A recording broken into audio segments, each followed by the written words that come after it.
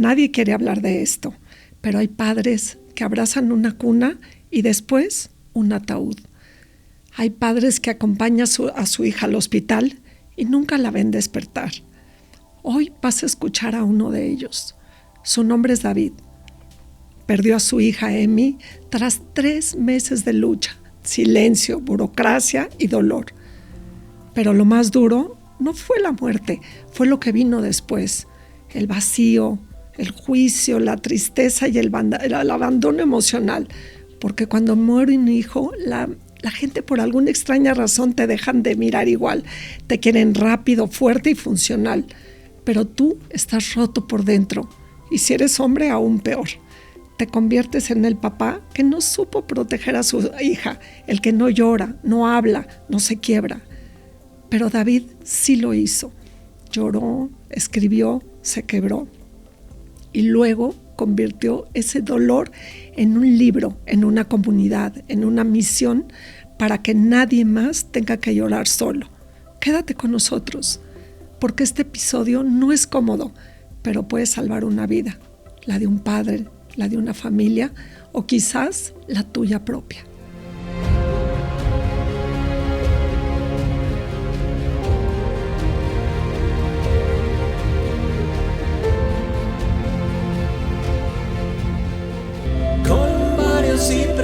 Tranquilidad para usted y para sus hijos. David, ¿cómo estás? ¿Qué tal? Muy bien, muchas gracias. Mucho gusto en tenerte aquí en el podcast. Muchas gracias por la invitación. Estoy muy contento y algo nervioso por estar aquí, pero vamos a hacer lo mejor posible. Relájate.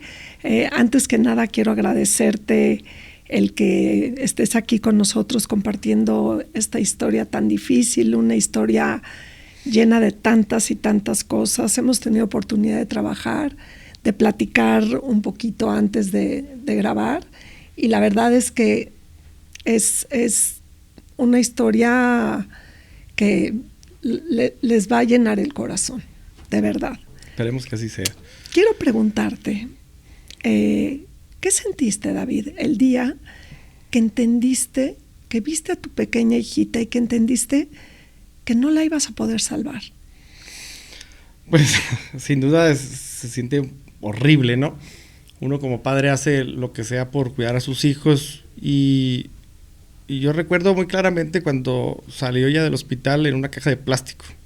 O sea, viva con respiradores aún, pero ella había sufrido de una asfixia y el pronóstico era malo, entonces pues sientes que todo el mundo se te cae a pedazos. No hay nada que hacer, es muy duro entender eso. Uno busca todas las opciones posibles, pero pues sientes que el mundo se te acaba cuando no puedes hacer absolutamente nada y por más que preguntas, solo te topas con no hay nada que hacer.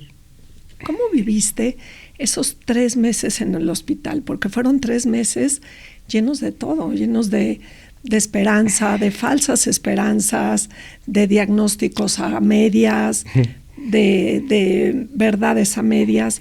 ¿Cómo pudieron sobrevivir eso? Hay muchas cosas que hablar de esos 3 meses, ¿no?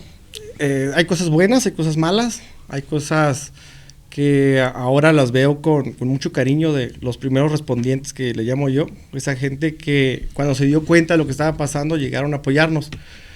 Pero el primer mes es el más difícil porque no entiendes qué está pasando, los doctores no te dicen la verdad o te la dicen muy a medias. Pues imagínense llegar y ver a tu bebé de horas o días de nacido lleno de tubos, las máquinas sonando, las alarmas brincando, las falsas esperanzas de los doctores, que yo sé que algunos lo hacían con buena intención, te daban esperanzas, te decían que listaras un cuarto, por ejemplo, para recibir a tu niña en algún tiempo, ¿no? Cuando algunos doctores decían que simplemente eso nunca iba a pasar. Es feo, es duro el estar en el hospital por 3 meses sin trabajo, no puedes trabajar, tienes que estar ahí, pues estás a la voluntad de Dios.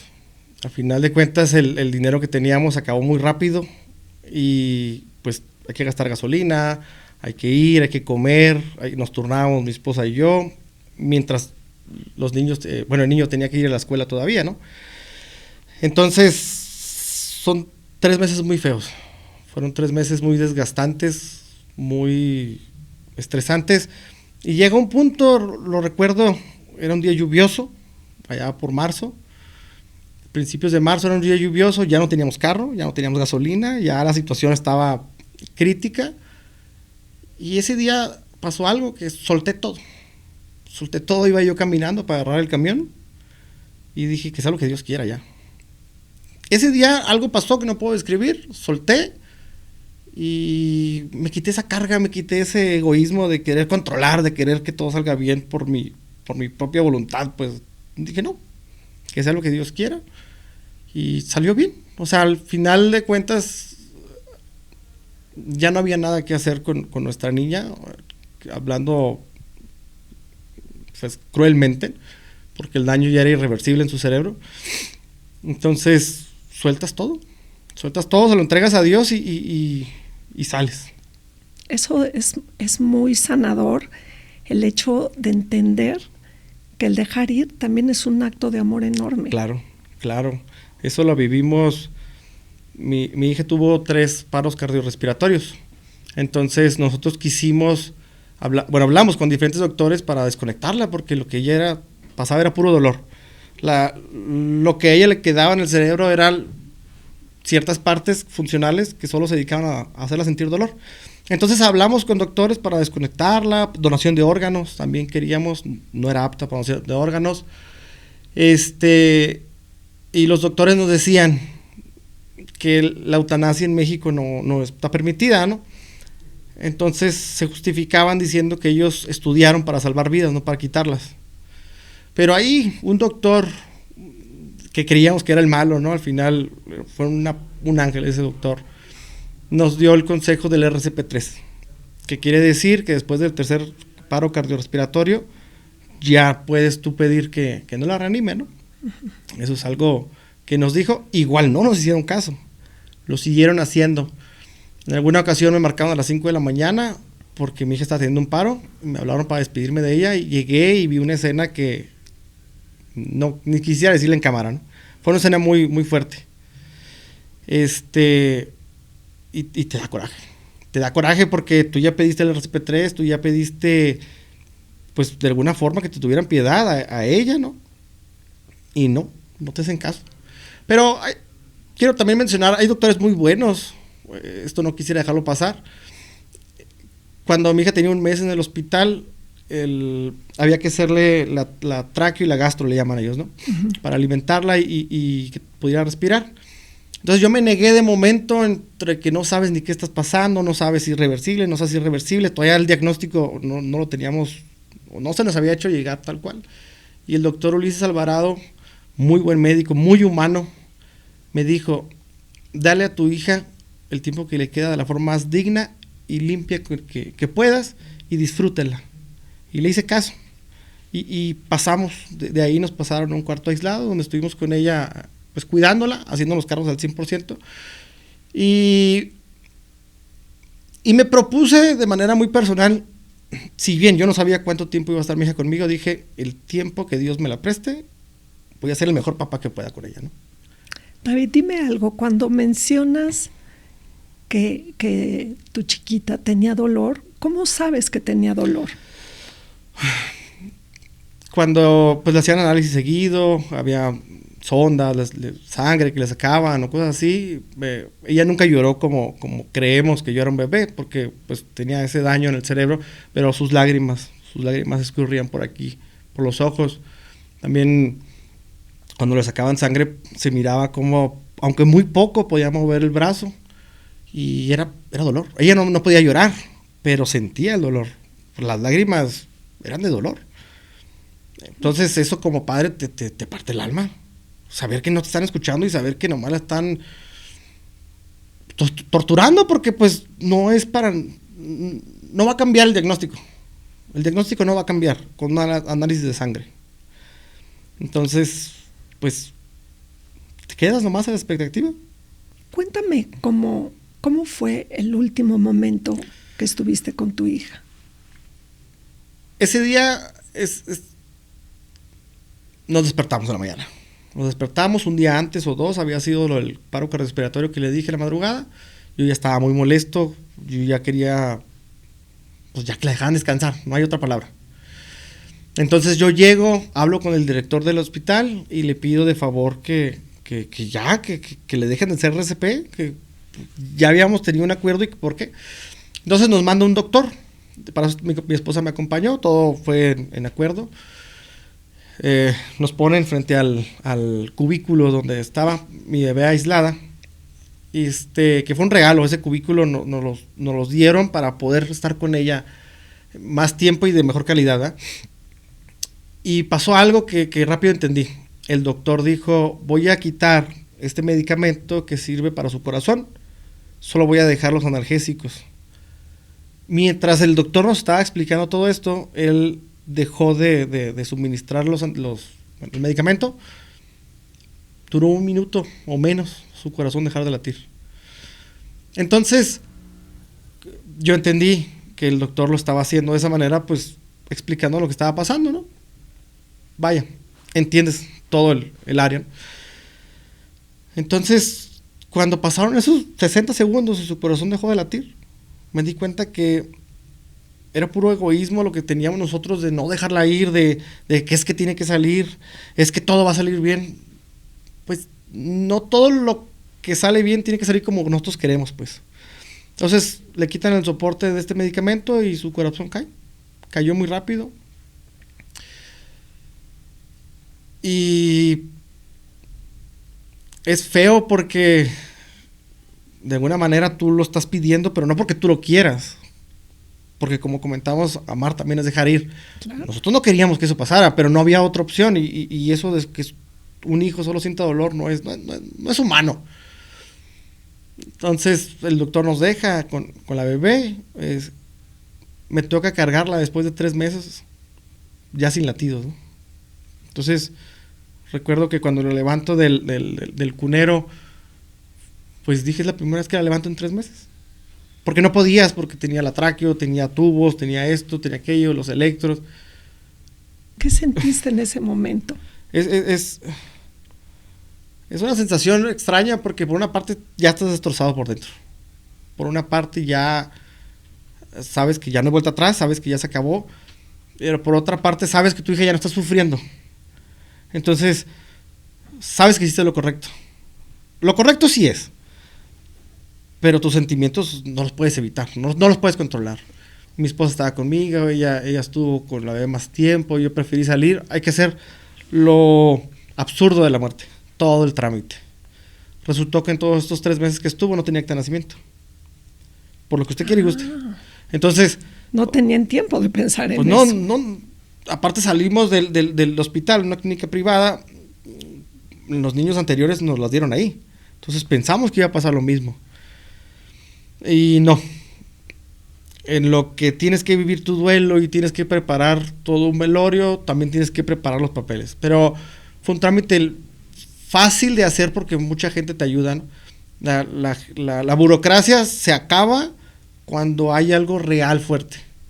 Nos brincaron las filas y rápido, y en menos de 1 hora teníamos todos los papeles listos, ¿no? Entonces sí es feo eso de despedirte y más que nada desprenderte del ego. Yo sigo muy terco en que es el ego el que a fuerzas queremos tenerlo ahí, ¿no? Cuando no hay nada más que hacer. Hay un momento en que uno no puede sobrellevar ese dolor, el dolor que es ver sus lagrimitas en sus mejillas, una chiquitita indefensa, y te duele el alma, y sí, a veces dices, ya, que se acabe este sufrimiento. Y después, a veces viene la culpa, dices, yo deseé algo, entonces viene esta guerra dentro de nosotros porque nos encanta culparnos. Siempre tiene que haber la víctima y el culpable, ¿no? El dejar ir es un acto de amor enorme. De amor. Y es decir, amo tanto a mi pequeña que la dejo ir. Porque no tiene caso que siga sufriendo, es lo único que iba a estar ahí sufriendo. No había nada más que hacer, ¿no? Después de eso, pues le digo, vienen los trámites absurdos de la burocracia de la muerte. Pero bueno. Y algo que sin duda, ya para este punto ya estás en shock. Ya estás más en automático que en otra cosa. Y pues toca elegir el cajón. En la mañana estabas cambiando pañales y en la tarde ya estás eligiendo el cajón. Es difícil elegir. Cuando llegas a la funeraria te atienden muy bien. Bueno, a mí personalmente me atendieron muy bien. Les expliqué mi caso de una manera muy humana. Me atendieron y me dijeron, pues tenemos estos cajones. ¿Qué quieres? ¿Cremación o ataúd? Ya les expliqué que queríamos cremación, pero queríamos el velorio con cajón. Se portaron muy bien. Pero es un proceso difícil. ¿Cómo escoges un cajón para un hijo? No es sencillo, pues. No hay un... Es que no estamos entrenados ni preparados para eso. Que la verdad lo que hice fue dame ese, o sea... El que sea. No importa, ¿no? Pero pues ellos tienen que preguntar. Entonces, pues de ahí toca vivir el velorio. Toca vivir el velorio y escuchar todas esas frases vacías o no sé qué palabra usar para ese... Lo siento mucho aunque no lo sientan. En el velorio recuerdo que llegó gente que, pues, obviamente mucha gente, como lo comenté, mucha gente nos ayudó, muchísima gente. Y con gusto los recibí. Y gente que no. Gente que no estuvo presente ni en una llamada o en un mensaje de apoyo. Pues tomando café, dices tú, ¿qué haces aquí? Sí, la gente llega y dice estas frases aprendidas de siempre. Y la verdad es que el doliente está tan herido que lo que le digan lo va a interpretar de acuerdo a su sentir. Pero la realidad es que la gente lo hace con la mejor intención de amar, de apoyar, de acompañar. Lo mejor que podemos hacer es estar, acompañar. Nada más, ver por las necesidades primarias de los dolientes. Si ya comieron, si necesitan algo, si por la familia, por los niños, que ahorita vamos a platicar sobre tus niños. Pero eso es lo que realmente sirve. Y a veces la gente no va porque tienen miedo de enfrentar o no tienen el valor de enfrentar. Es un dolor tan grande que la gente se espejea y dicen, no, mejor yo no voy. Es muy difícil llegar y dar un pésame a alguien que está pasando por algo tan fuerte. Tan fuerte. Mire, le voy a decir algo que un amigo me dijo cuando llegó ahí. Me dijo, yo no sé qué decir, pero lo que ocupes, aquí estoy. Eso es lo mejor. Y dices tú, pues es todo lo que quiero escuchar. ¿Por qué? Porque estoy hecho pedazos. Y te amarras a una fe en la que... Ahora, yo sé que él es verdadero, ¿no? Él es un amigo de verdad. De los que sí cumplen su palabra, ¿no? Es lo único que necesito. Saber que en un colapso mental tengo a quien marcarle. Saber que si un día quiero llorar con alguien, está esa persona ahí. No necesito más.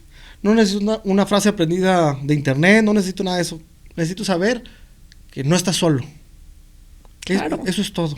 Y no necesitas ni consejos, ni consejos, ni nada. Fíjate que mi primo le pasó lo mismo y hizo esto y le funcionó el otro.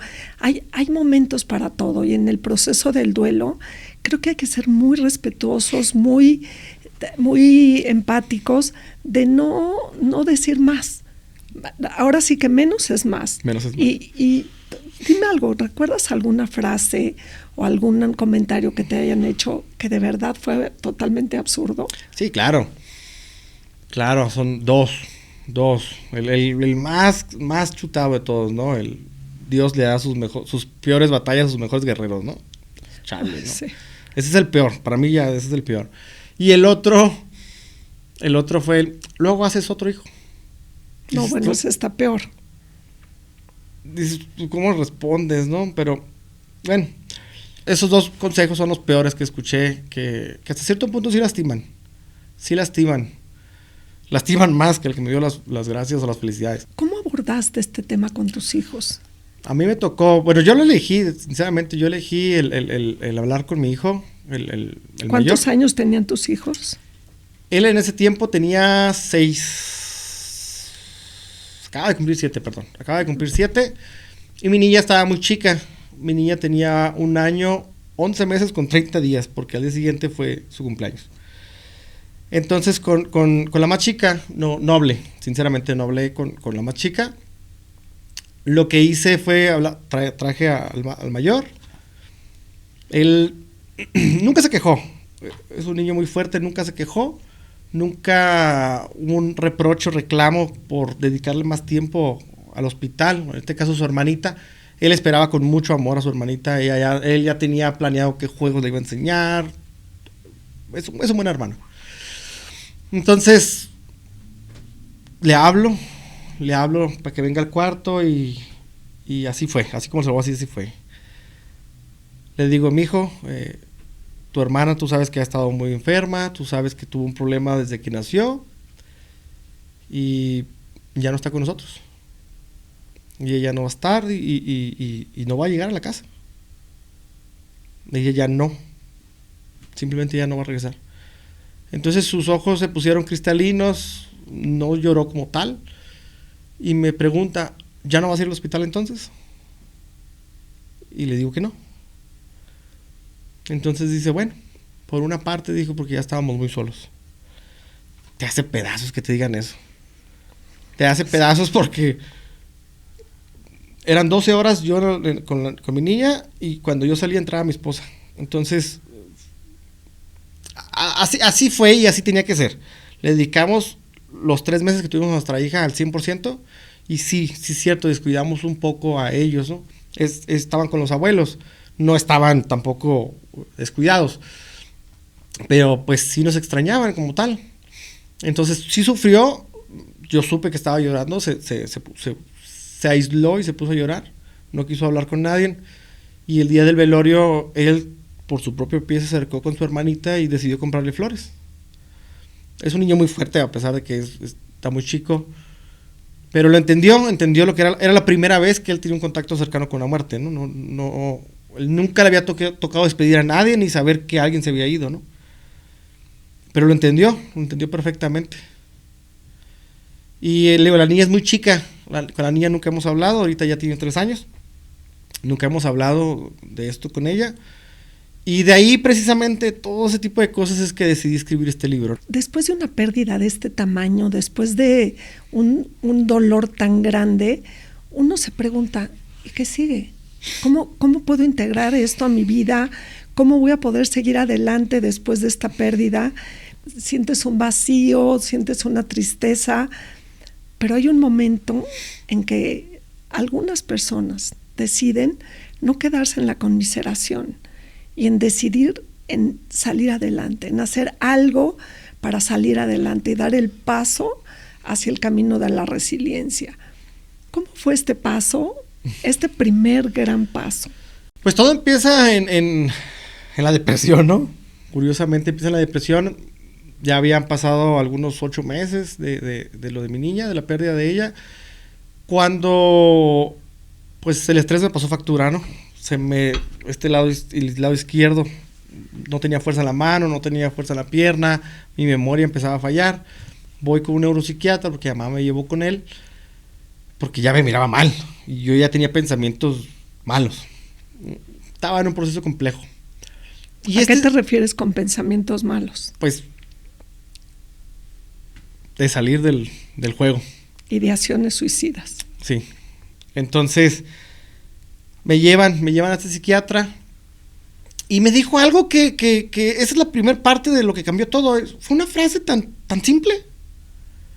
Le conté un poco de lo que había vivido, lo mismo que veníamos platicando, y me dice, David, dijo, cuando tú pierdes algo o alguien en que has depositado tantas expectativas, es lo peor que te puede pasar en la vida. Y yo me di cuenta que eso era. Me di cuenta que lo que me estaba pasando era eso, porque nosotros ya teníamos, si bien no habíamos construido su cuarto, ya teníamos cómo iba a ser, ya teníamos cómo iba a ser la quinceañera, ya teníamos cómo iba a ser todo. Y me estaba costando soltar eso, soltar el aceptar de que nada de eso iba a pasar. Y yo había puesto tan altas expectativas en mi niña, a lo largo de lo que yo pensé que iba a ser su vida. Me dolía aceptar que no iba a pasar. Se lo juro que yo salí medio medicación, pero yo salí de ahí como un hombre nuevo. Yo entendí que lo que yo estaba pasando era mío. ¿Qué decides hacer después de esto? Claramente con el apoyo del medicamento, que eso fue inmediato cuando me empezó a ayudar. Aprovechaba esos pequeños puntos de luz en mi vida para hacer lo que me gustaba, ¿no? A mí me gustan los videojuegos, empecé a jugar un poco, empecé a comer lo que me gustaba, empecé a tomar café con gusto, porque llegas a un vacío que no te importa. Si te sirven comida sin sal, te la comes, ya no te quejas, ya no te importa si tienes frío, si vas a comer, llegas a un vacío total. Entonces agarré esos pequeños puntos de luz y no fue un pleito lo que tuve con mi señora, pero ella me hizo un comentario, dijo, es que tú no sabes por lo que yo pasé. Y yo le respondí de la misma manera, es que tú tampoco sabes lo que yo pasé. La mamá carga al bebé en el vientre, pero yo lo cargo acá. Yo también sufrí. Acá y acá. Claro, entonces ese día estaba jugando videojuegos, como le digo, me sirvió mucho, se lo juro que me sirvió mucho. Ese día en la noche, como a las 2, 3 de la mañana, empecé a escribir. El libro originalmente se iba a llamar Las preguntas que nadie me hizo, pero no me gustó porque era muy mío, muy personal, no tenía mucho trasfondo. Entonces, utilizando esto que me dijo mi esposa, pues dije, voy a responderle de alguna manera que yo también sufrí y que estoy sufriendo y que probablemente vaya a seguir sufriendo por un tiempo largo, ¿no? Entonces empiezo a escribir, pues le das formato, pues hablo del embarazo, de las noticias, pues básicamente de todo. Logro hacer el libro en 3 meses, lo termino, me fijo la fecha para el Día del Padre. Entonces, ese día a propósito le digo a mi esposa que vaya con su papá para yo terminar el libro, imprimirlo y hacer todo. Y de ahí le doy el libro y lo lee y queda fascinada. Queda fascinada porque dice que logró entender lo que ella no pensaba que yo estaba sintiendo. La madre es la que carga al bebé en el vientre, y siempre minimizamos el dolor del padre. Sí. Y el padre sufre de la misma manera. Cada duelo es diferente porque, como tú dices, cada dedo de tu mano es diferente, pero la realidad es que cada uno vive su duelo a su manera, pero el dolor del padre es igual de importante, igual de grande, igual de doloroso y de difícil, y a veces como que no lo tenemos presente. Sí, cierto. Entonces, para darle un sentido más grande a todo esto, mi señora le gustó el libro, no lo dijo directamente, pero lo presumió, ¿no? Entonces me dio a entender de que sí estábamos bien. Hice una página que se llama Unidos Nadie Cae. En esa página puse el libro de manera gratuita, lo publiqué y en un día tuve 200 mensajes, 200 personas que me contaron su historia de pérdida, 200 personas que después me dijeron, tu historia es diferente a la mía, pero al final de cuentas los sentimientos son los mismos. Soledad, depresión, el sentirse vacío, el sentirse aislado o el apestado de la familia. Y se generó esta, ¿cómo se puede decir? Comunidad. Sí, esta hermandad. Ajá, en donde yo los digo y cada que puedo lo publico, si un día necesitas hablar con alguien, aquí estoy, 24 horas. Porque a veces lo único que necesitamos es hablar. Cuando yo escribí ese libro, gracias a Dios, como lo digo, lo hice en la computadora porque hubiera sido en papel y no hubiera servido de nada porque era un mar de llanto, ¿no? Entonces externar las cosas es muy útil. Tengo un dicho que es, si tú tapas un arroyo, el agua va a fluir, se va a atorar y en algún momento va a colapsar. Los sentimientos son los mismos.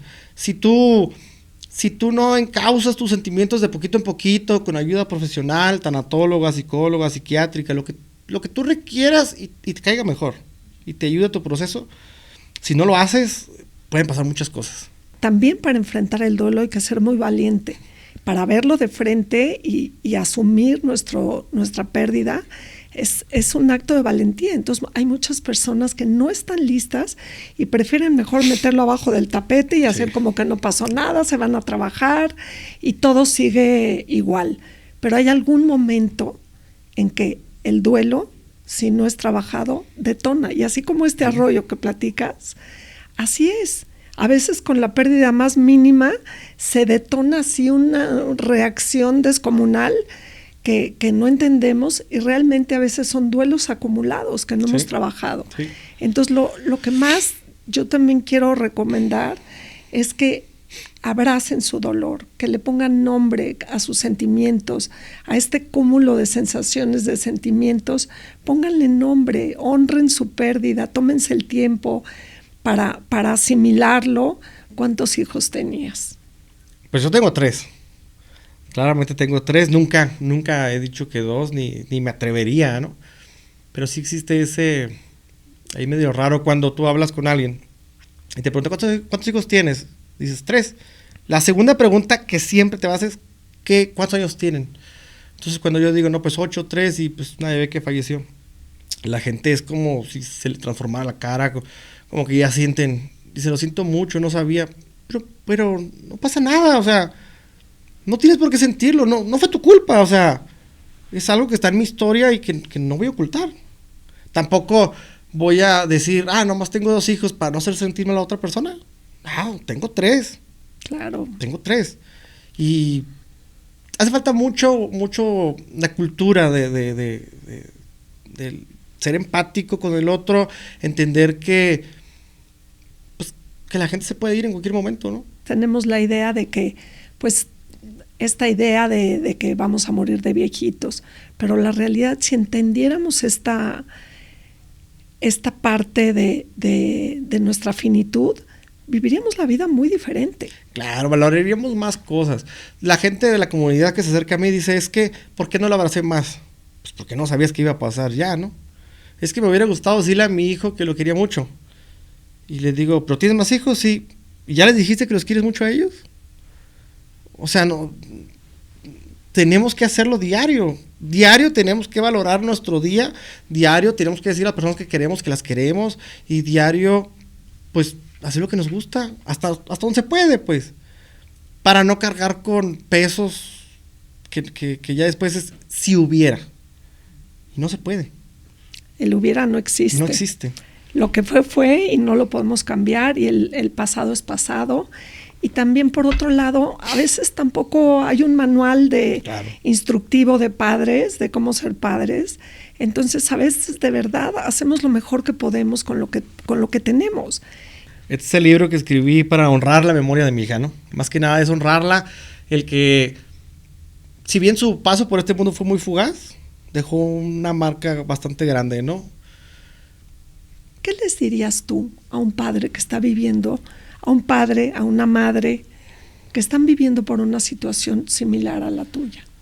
Pues directamente les diría, busquen apoyo primero con los amigos como primera fuente, pero si de plano no pueden hablar bien claramente con ellos, yo lo que les recomendaría, los tanatólogos. Los tanatólogos son la primera línea en estas cosas que tienen que ver con pérdidas, y el tanatólogo se va a encargar de llevarlos con un psicólogo, y el psicólogo, depende de la gravedad de lo que esté viendo, los va a mandar con un psiquiatra, ¿no?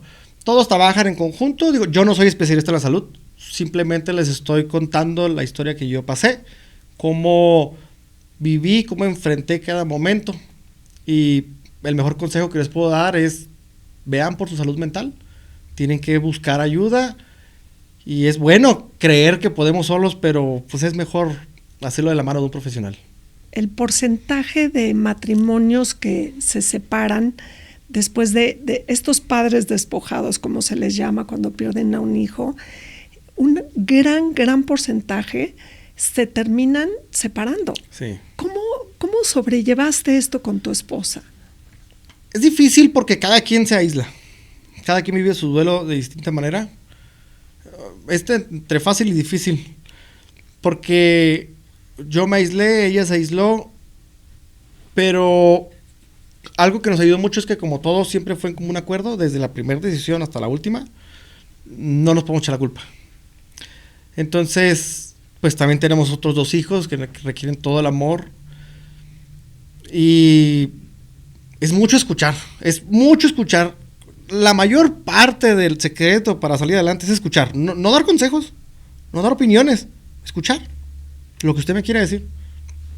Cuéntame y todo lo que tú sientas y no te voy a juzgar. quiero saber qué es lo que pasa dentro de ti. Esto que acabas de decir se me hace la clave, uno a otro, escucharse, decir, ¿cómo estás? Yo también estoy sufriendo, a mí también me duele. Y entender que el duelo acompañado es mucho más llevadero, porque son las patas de tu mesa, las patas que sostienen tu mesa, es la familia, tus herramientas, tus amigos, tu trabajo, todo lo bonito que está alrededor de tanta tristeza.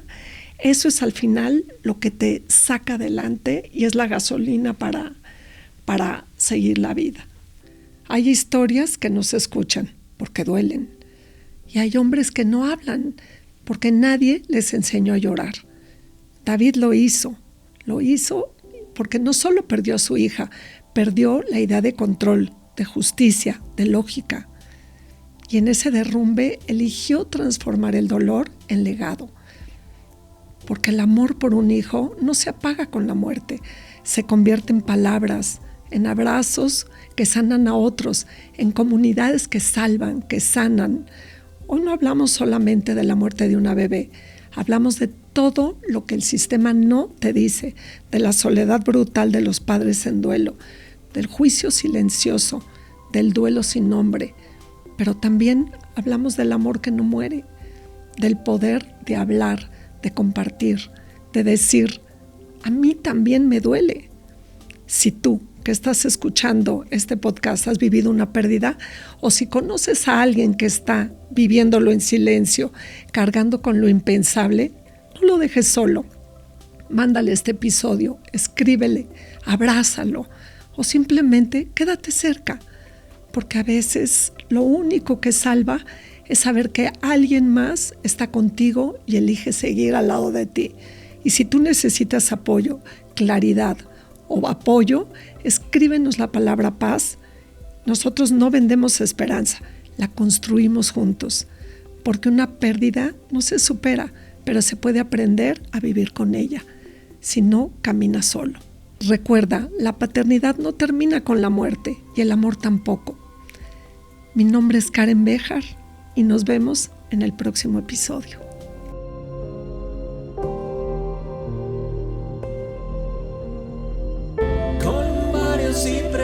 Tranquilidad para usted y para sus hijos.